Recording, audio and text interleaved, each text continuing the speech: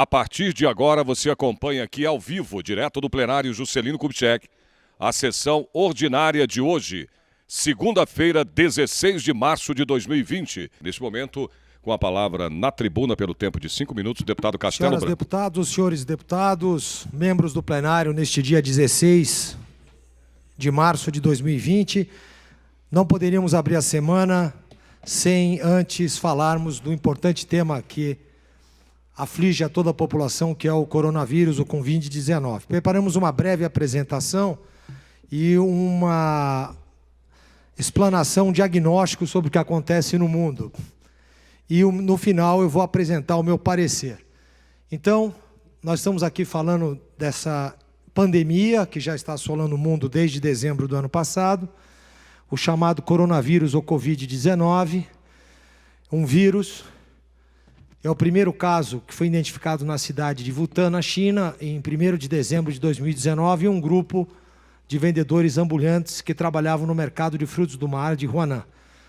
A China já registrou 81.003 casos e mais de 3.000 mortes. Na sequência, a OMS declarou o surto como pandemia agora em 11 de março de 2020, e fora da China já foram registrados mais 81.600 casos, principalmente na Itália, que é o país europeu que mais apresentou casos registrados, já com 1.309 mortes e 25.000 pessoas diagnosticadas como positivo no primeiro e no segundo teste de marcador. No Brasil já são 200 casos confirmados e 1.125 casos suspeitos. O Estado de São Paulo, através da sua Secretaria Estadual de Saúde e o Ministério da Saúde em Brasília, já estão concentrando seus esforços no sentido de adotarem medidas preventivas e corretivas quanto à expansão deste problema de saúde. O grupo de risco diretamente envolvido nessa patologia são idosos acima de 60 anos, principalmente acima de 70, portadores de cardiopatia, imunodepressores, pessoas com deficiências diversas, principalmente os imunossuprimidos, portadores de diabetes e de doenças crônicas ou respiratórias. Ou seja, quando você está com a imunidade baixa.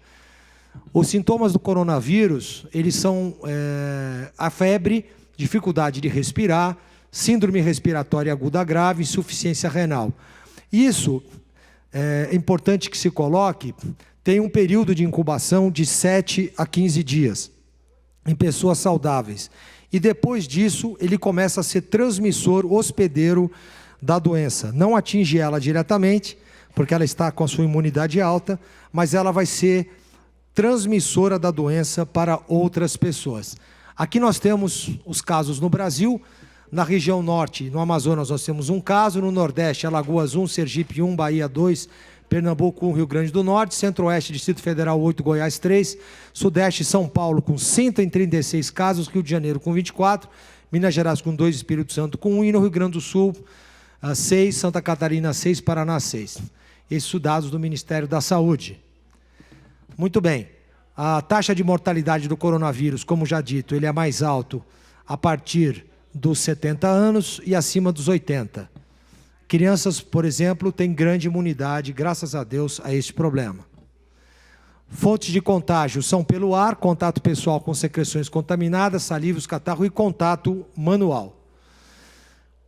Aqui são as prevenções do coronavírus: uso descartável, álcool gel, contato direto, lavar as mãos com frequência e evitar contato com animais domésticos ou selvagens que também possam ser portadores.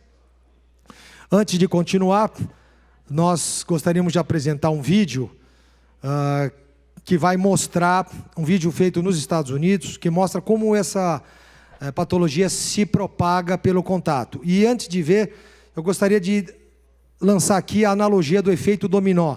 Você bate num dominó, eles vão cair em sequência. Você tem que retirar 2 ou 3 dominós daquela sequência e você evita que os demais caiam.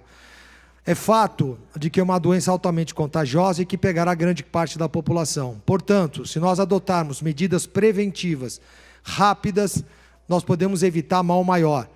Assim sendo, eu sou de parecer de que devam-se tomar medidas de isolamento, quarentena ou diminuição das atividades em público pelos efeitos que nós veremos no vídeo de agora. não conseguiu baixar o vídeo. Ficaremos por uma próxima oportunidade no grande expediente. Eu termino a minha fala enaltecendo as autoridades de segurança pública que estão cancelando os eventos de massa, que estão cancelando os eventos públicos. A Assembleia Legislativa de São Paulo, no Colégio de Líderes, amanhã, deve tomar uma decisão com respeito a isso. A Câmara Municipal de São Paulo já está com o expediente reduzido, a Câmara Federal também, e uma série de eventos de grande porte estão sendo adiados, considerando que, segundo a Organização Mundial de Saúde e o Ministério da Saúde, o pico da manifestação da doença no Brasil deverá acontecer entre abril e maio, considerando que houve incubação durante o mês de fevereiro e março. Portanto, tudo que puder ser feito nesse período para se evitar a propagação vai mitigar os efeitos consequentes. Muito obrigado, tenham todos um bom dia. Senhor presidente, senhores deputados, senhoras deputadas, público aqui presente, telespectador da TV Assembleia, quero saudar aqui os aprovados no concurso de SAP, no movimento Chamada Já, Convoca Já. São pessoas que foram aprovadas nos concursos de SAP 2014, 2018, tem o pessoal também de 2017, e eles estão fazendo uma reivindicação justa, que tem todo o nosso apoio, tem todo o nosso apoio também o acampamento que vocês fizeram aqui para pedir ajuda aos deputados e deputadas, para que nós possamos fazer gestões junto ao governo Dória, para que haja chamada imediata de vocês. Gostaria, senhor presidente, de aqui também fazer um apelo ao governador Dória, em primeiro lugar, para que ele suspenda imediatamente as aulas da rede estadual de ensino, porque a decisão tomada pelo governo na semana passada é totalmente errática e fora da realidade. Ele fez uma suspensão gradativa das aulas, né, até sexta-feira. Isso é um absurdo total. A rede estadual de ensino é uma das maiores redes de ensino do mundo, com quase 5 milhões de alunos, com mais de 5 mil escolas e com mais de 300 mil servidores, aí incluindo, logicamente, os professores, o magistério, o quadro de apoio escolar, os gestores. É uma rede imensa, uma das maiores redes do mundo. Então, é de uma irresponsabilidade, de uma leviandade essa decisão do governador de fazer essa suspensão gradativa. Nós estamos defendendo a suspensão imediata, a partir de hoje. Não pode mais levar as crianças para as escolas da rede estadual. E a mesma coisa na Prefeitura de São Paulo, um apelo que nós estamos fazendo ao prefeito Bruno Covas, para que ele tenha o mesmo procedimento, suspensão imediata. Nós já estamos recebendo aqui denúncias de vários casos já de contaminação do vírus em escolas da rede municipal. Acabei agora de conversar com as nossas colegas professoras de Pirituba, de uma EMEI, lá já tem um caso de contaminação. Então tem que se suspender, tem que ser gradativo. O mundo inteiro está fazendo isso, é um absurdo que os dois governos, tanto o Dória como o Bruno Covas, estejam na contramão das decisões que estão sendo tomadas e orientadas, inclusive, pela Organização Mundial da Saúde. Inclusive, hoje, acabei de chegar agora do Ministério Público Estadual, e nós protocolamos uma representação para que essa medida seja tomada imediatamente. E até porque as nossas escolas estão sem condições, não tem material de limpeza na rede pública de ensino, não tem sabonete, não tem sabão, não tem gel com álcool, não tem funcionários, não tem nem papel higiênico. Então, a rede está totalmente despreparada, além da superlotação de salas. Então, é isso, nós queremos a suspensão imediata das aulas na rede estadual de ensino e na rede municipal, e que fique a sugestão para todas as outras redes municipais do Estado de São Paulo, para as ETECs e FATECs, para as universidades públicas e privadas. Então, nós temos que dar a nossa contribuição nesse sentido. E também, senhor presidente, para finalizar, nós estamos preocupados com a saúde em geral da população do Estado de São Paulo, e numa área que nós atuamos muito aqui, que é o IANSP, há uma preocupação redobrada, porque o IANSP hoje vive com a falta de financiamento. O governo não financia corretamente o IANSP, e o IANSP é o hospital responsável pela saúde dos nossos servidores. E é um hospital que está sucateado, degradado, por falta de investimento. E nós estamos aqui também exigindo que o governo faça uma suplementação orçamentária nos recursos do IANSP, para que o IANSP possa se preparar para fazer esse enfrentamento agora dessa pandemia, porque o hospital será, com certeza, sobrecarregado e ele não está equipado. Tem concurso feito, o IANSP não chamou os profissionais da saúde, concurso para médico, para enfermeiras, e nada de chamar, né? Então, o IANSP tem que fazer a chamada dos concursos e o governo Dória tem que fazer uma suplementação orçamentária, repito, para o IANSP ter as mínimas condições de atender os nossos servidores. Então, fica aqui o nosso pedido, senhor presidente, a nossa exigência, senão o IANSP não dará conta de atender essa... Já não está dando conta porque não tem financiamento, que é um absurdo que o governo faz com o IANSP. Agora, com essa crise, com essa pandemia, os nossos servidores serão afetados por ela e vão recorrer ao nosso hospital, que é o IANSP, que é o hospital que deveria cuidar dos servidores, mas um hospital sucateado, degradado, sem infraestrutura para dar conta dessa crise que chega com muita força aqui no estado de São Paulo. Muito obrigado, senhor presidente.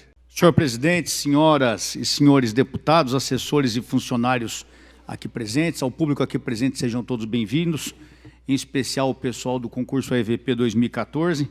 Como eu disse aos senhores, estamos aí pedindo uma reunião com o secretário, o coronel Nivaldo, para acertarmos aí, discutirmos a situação dos senhores e da possível chamada dos senhores, né? Porque existem inúmeras vagas, urge o recompletamento do efetivo da nossa Secretaria de Administração Penitenciária. Então, contem conosco nessa luta aí para que os senhores sejam logo chamados. Logo não, né? Já vai para 5, 6 anos que estamos aguardando, não é verdade? Contem com o meu trabalho, estamos à disposição dos senhores aí. Quero saudar nossa assessoria policial militar, na figura do soldado Tiago e da Cabo Bastos, aqui sempre representando nossa assessoria policial militar. Hoje, quero lembrar que sábado, dia 14 de março, foi o aniversário do município de Batatais. Eu sempre faço questão de frisar aqui os municípios aniversariantes, tendo em vista que nossa programação vai para todo o estado de São Paulo. Então, um abraço a todos os amigos e amigas de Batatais. E hoje, dia 16 de março, é o dia do aniversário da cidade de São Sebastião, querida São Sebastião, aqui no município, no nosso litoral norte do estado de São Paulo, e também Guareí. Um abraço, amigos e amigas de São Sebastião e Guareí, pelo aniversário do município. Hoje, dia 16 de março, também é o dia do médico clínico. Um abraço a todos, senhores e senhoras que exercem essa tão nobre profissão, a medicina, a profissão de cuidar das pessoas. Muito obrigado por tudo o que fazem. Falando em médico, seria bom lembrar também a campanha que a Polícia Militar tem realizado sobre o coronavírus em tempo de Covid-19. A melhor saudação para o militar é a continência. Evite abraços e apertos de mão. Eu queria aqui também, o capitão Castelo Branco foi muito correto na sua fala aqui hoje. O coronavírus ele é uma coisa que preocupa, como toda doença infectuosa, né? Que é contagiosa, toda doença que é transmitida através de contato. Eu queria dizer que a todos tomarem essas cautelas, lavarem as mãos, evitar local com muita aglomeração de pessoas. Também, a partir de amanhã, o presidente já nos informou que ocorrerão algumas restrições aqui na casa para se evitar o acúmulo de muitas pessoas. A princípio, salvo engano, os deputados, assessores e funcionários continuarão trabalhando, mas as demais pessoas não deverão ingressar na casa, como outras casas legislativas já têm feito. Também serão cancelados aqui os eventos, sessões solenes, outros eventos que nós sempre marcamos vão ser cancelados por enquanto. Então é sempre bom lembrar disso, mas lembrar a população também que não entre em pânico. A gente tem notado muitas pessoas em pânico, correndo para comprar papel higiênico, como se a gente fosse usar o banheiro esse tempo todo, né? Vida normal, gente, vida normal. Cautela, vamos tomar cautela, vamos nos assegurar, vamos nos precaver, mas não vamos entrar em pânico. O pânico só traz mais prejuízo à própria população. Então tenham cautela, observem as normas de higiene, de cautela, que eu tenho certeza que será passará logo esse problema e nós seguiremos nossa vida normal. Lembrando que nós temos outras inúmeras doenças contagiosas. Eu soube hoje que faleceu a avó de um amigo depois de depois de adquirir a dengue. 2 dias faleceu. Então nós temos doenças terríveis ainda rodando por aí e nós estamos esquecendo desses outros problemas também. Infelizmente a vida moderna, o excesso de pessoas causa esse tipo de contaminação, esse tipo de epidemia, e nós todos devemos estar atentos a isso. Nós vamos nos acautelar, mas sem se apavorar. Vamos tocar nossa vida com cautela para não trazer mais prejuízo à nossa sociedade. Eu quero aqui falar, infelizmente, do falecimento de um guarda municipal lá em Pernambuco. O guarda municipal foi morto na manhã de sexta-feira, dia 13, no distrito de Santo Antônio das Queimadas, zona rural de Jurema, agreste do Pernambuco. A vítima foi identificada como o guarda municipal Dida de Antônio, acho que é esse nome mesmo, Dida de Antônio. E no momento do crime estava caminhando por uma rua, olha só, negócio de Velho Oeste, capitão Castelo Branco, coronel Nishikawa, estava caminhando por uma rua quando foi atingido com disparos de espingarda calibre 12. Os tiros atingiram a cabeça e as costas do guarda municipal. Imagine como ficou o corpo desse cidadão. Quem já viu alguém atingido por um calibre 12 sabe a potência desse tiro.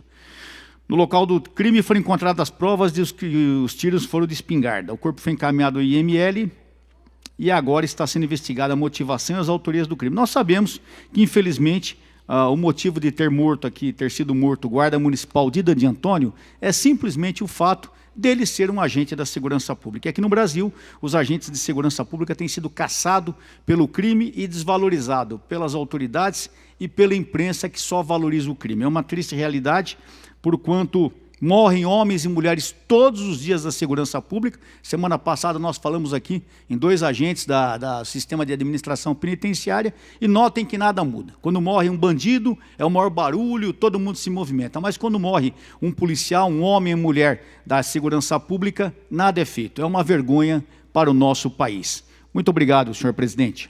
Neste momento, com a palavra, o deputado Coronel Nishikawa. Boa tarde a todos, senhor presidente, assessorias, pessoal aí do concurso EVP. Desde o início, nós estamos sendo procurados e nós prometemos apoio. E como o coronel Telhada disse, nós já cobramos do governador aqui em reuniões. Ele falou que ia aproveitar o pessoal remanescente de concurso. Eu não sei se vocês sabem, eu sou um dos fundadores da Secretaria da Administração Penitenciária.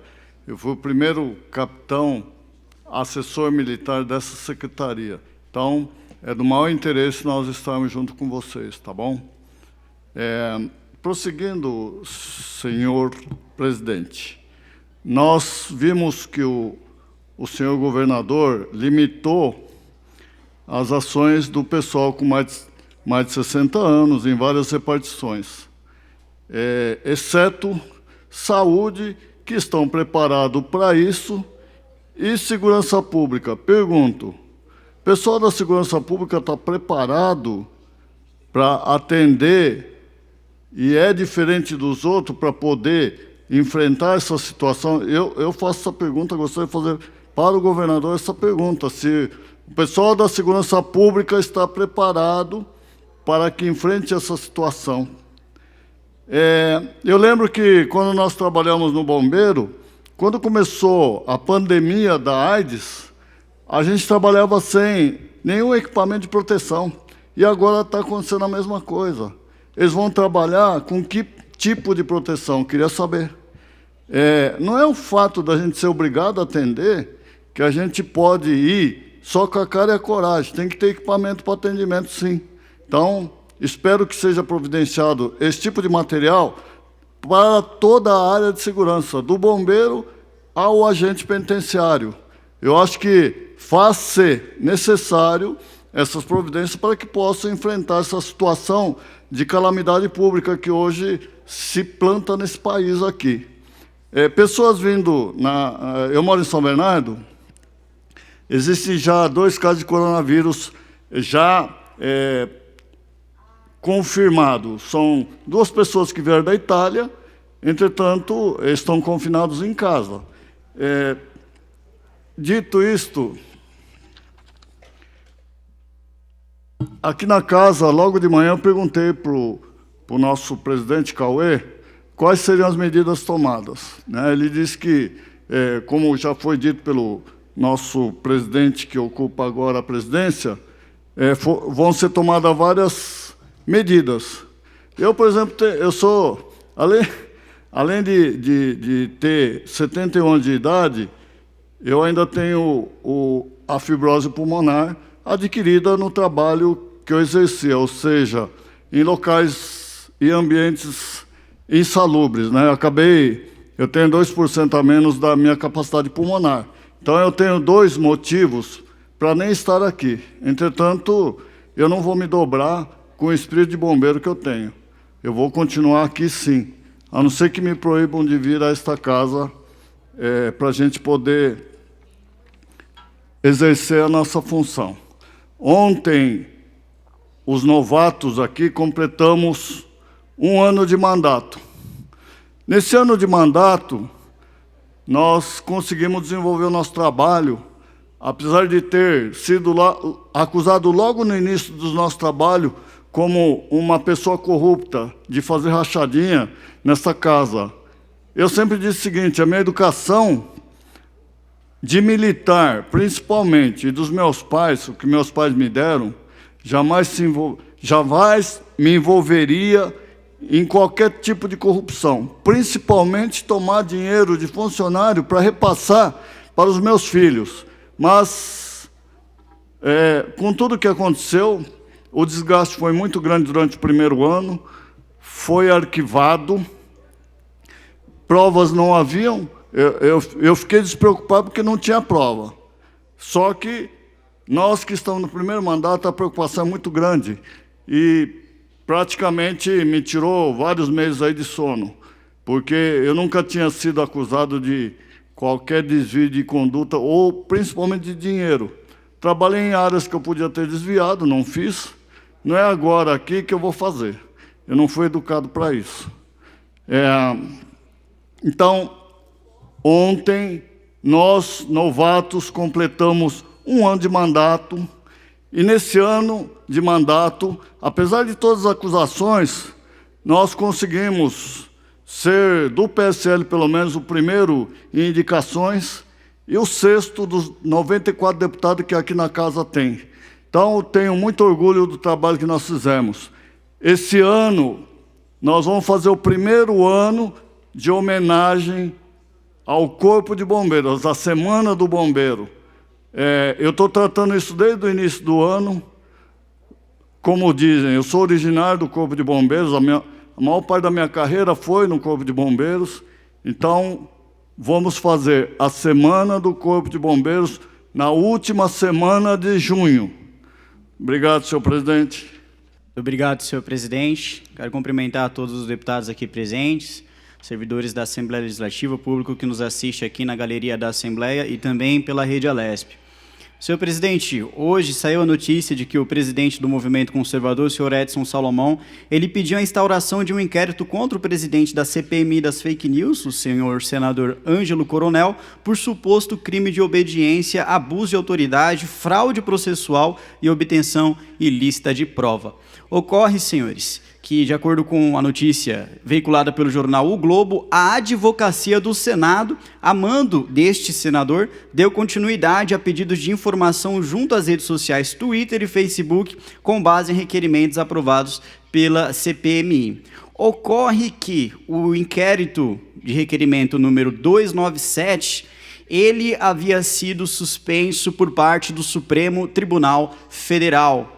Porque uma coisa é o devido processo legal, outra coisa é o abuso de autoridade cometido por essa CPMI, quando quer única e exclusivamente fazer a quebra de mensagens privadas. Vejam só, que coisa maravilhosa. O Estado se intrometendo, dando poder total para o Estado se intrometer em mensagens particulares que nada tem a ver com investigações alheias ao tema, que nada tem a ver com investigações a respeito do tema das fake news, única e exclusivamente querendo saber o que as pessoas estão conversando no seu particular.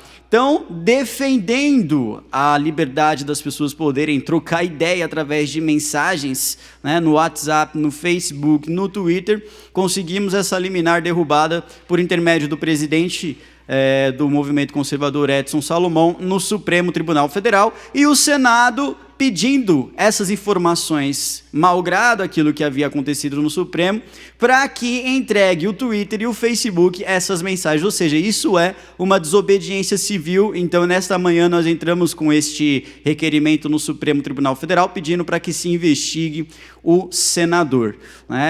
Também gostaria de falar, senhor presidente, o que aconteceu no dia de hoje foi lamentável.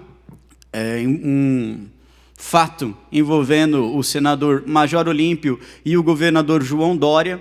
Eu não estou aqui defendendo abertamente o Major Olímpio, porque eu sei que ele errou e errou muito esse ano, principalmente quando se trata da questão de trairagem, né? Nós temos traição, melhor dizendo, porque nós temos no Congresso Nacional, infelizmente, não só a questão do coronavírus no nosso Brasil, mas também o caronavírus, que é aqueles políticos que pegaram carona com Jair Bolsonaro para chegar onde eles estão.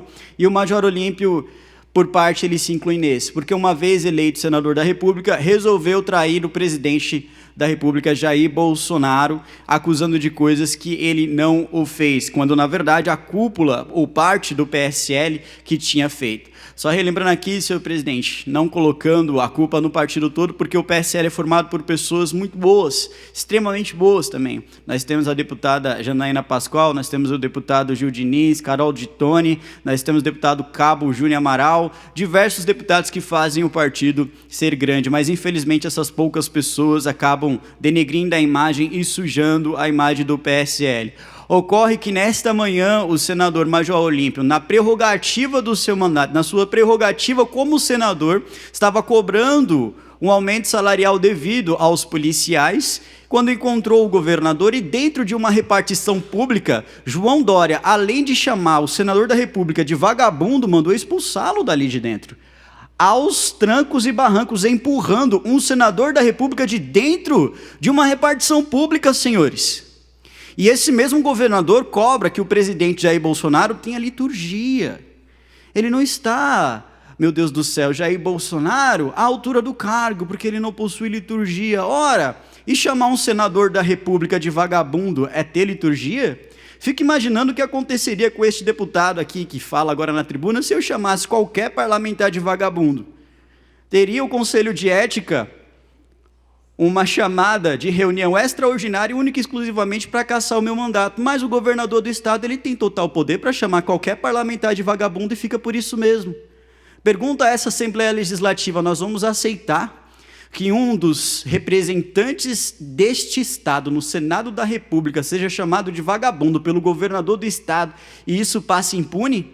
O governador precisa agir como sujeito homem, já disse isso aqui antes e repito novamente.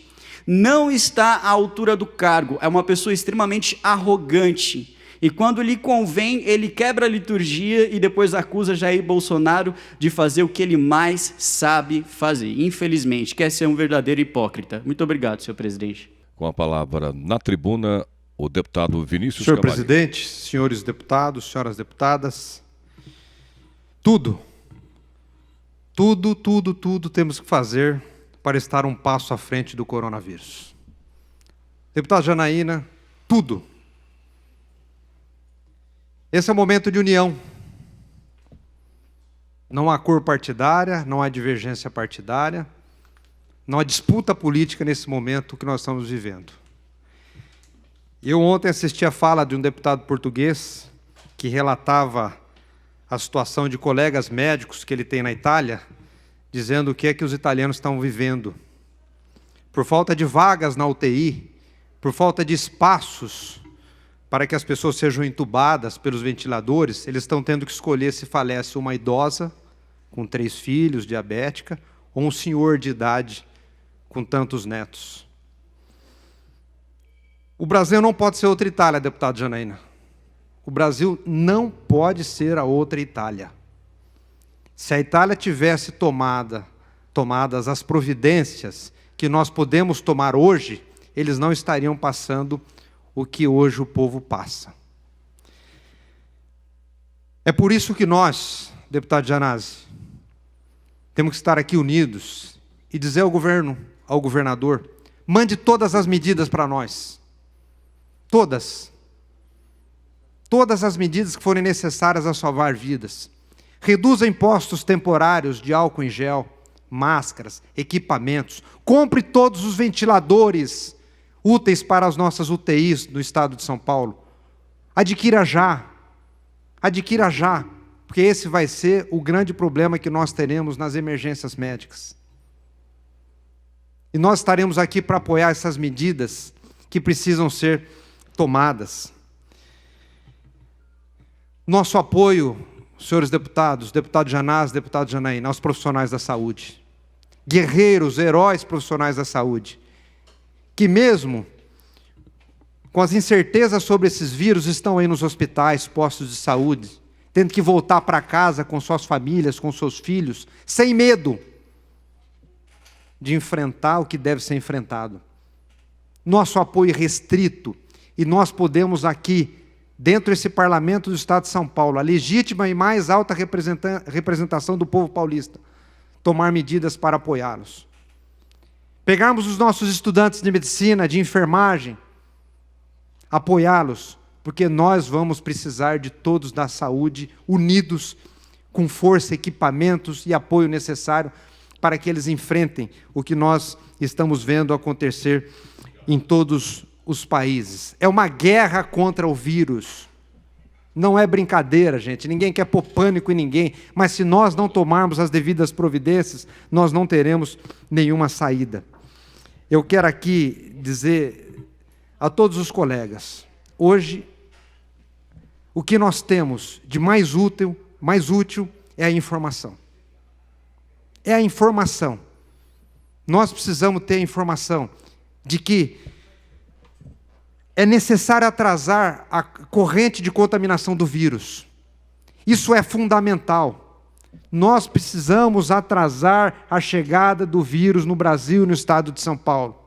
E eu peço aqui, por favor, para cada um que está nos escutando, para que não seja tarde, cancele tudo. Casamento, batizado, festa, evento social, posse, tudo. O que for possível, cancelem tudo. Reuniões, encontro de amigos, e na medida do possível, fique em casa. Você que pode trabalhar na sua casa, você que pode usar o computador, os meios digitais, fique na sua casa. Eu repito, se a Itália tivesse tomado essas medidas que nós estamos propondo e que nós estamos apelando, o povo não estaria passando essa situação. Não é à toa, deputada Janaína, que os Estados Unidos, a Espanha, pôs o povo em quarentena. O povo não pode sair na rua. Os Estados Unidos agora, eu li que a Prefeitura de Los Angeles proibiu o funcionamento de bar, restaurante, casas de show, academia. Nova York,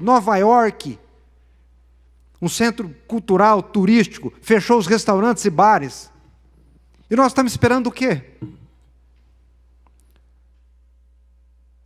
Daqui a um tempo, 20 dias, 15 dias, um mês, as pessoas desesperadas, procurando um leito de UTI. Vossas Excelências têm esses números, nós temos 3.500 leitos, presidente, de UTI SUS, certamente lotados. O aumento, a previsão, segundo a OMS, deputado Janaína, é que nós teremos quase a necessidade de 30% a mais do que os leitos que já existem. Ou seja, nós vamos precisar de quase mais de 1.000 leitos de UTI à disposição.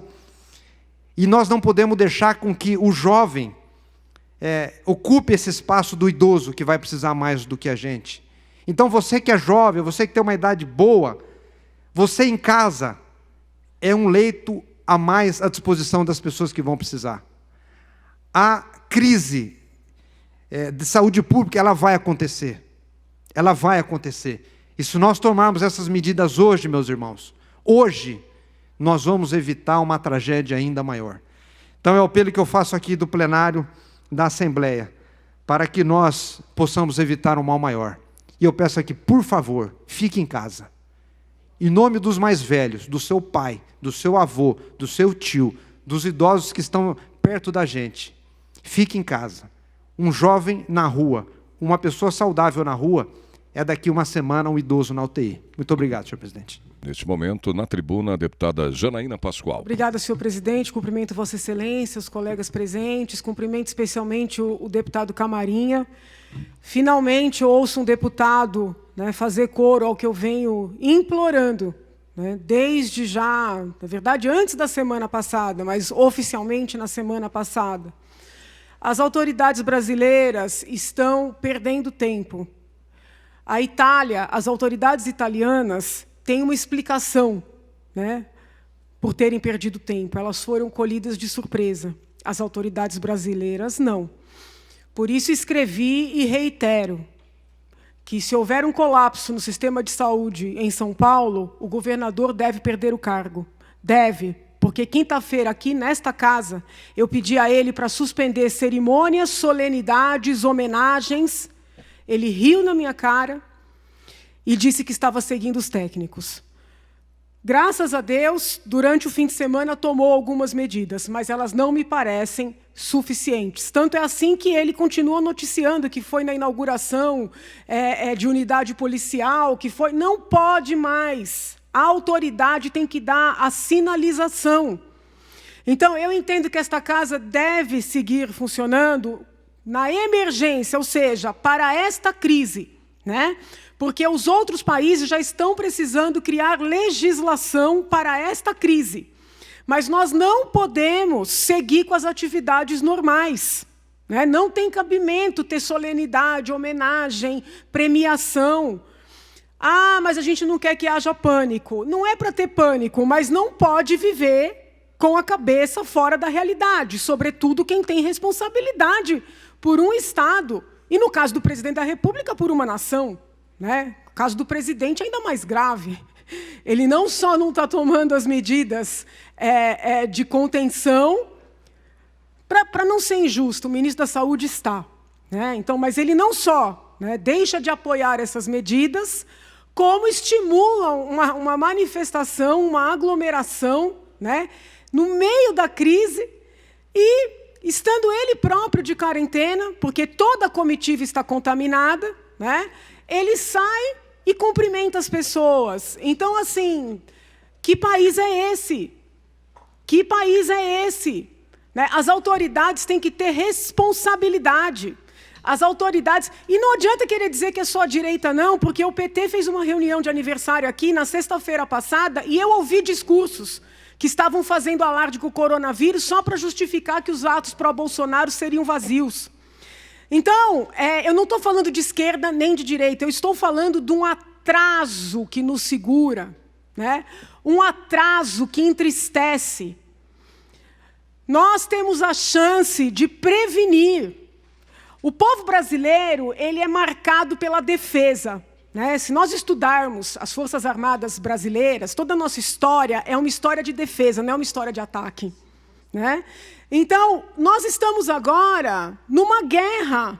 Nós estamos para ser invadidos, já estamos sendo invadidos por um inimigo invisível. O que nos cabe? Nos cabe tomar todas as medidas de defesa possíveis, imagináveis e disponíveis. E tentar buscar aquelas que não estão disponíveis. Porque essa é a nossa história, a história de defender. Nós não podemos correr o risco de ficar de mãos atadas e olhar para trás daqui 15 dias e saber que as pessoas estão morrendo sem que precisassem chegar a esse ponto. Isso é homicídio doloso.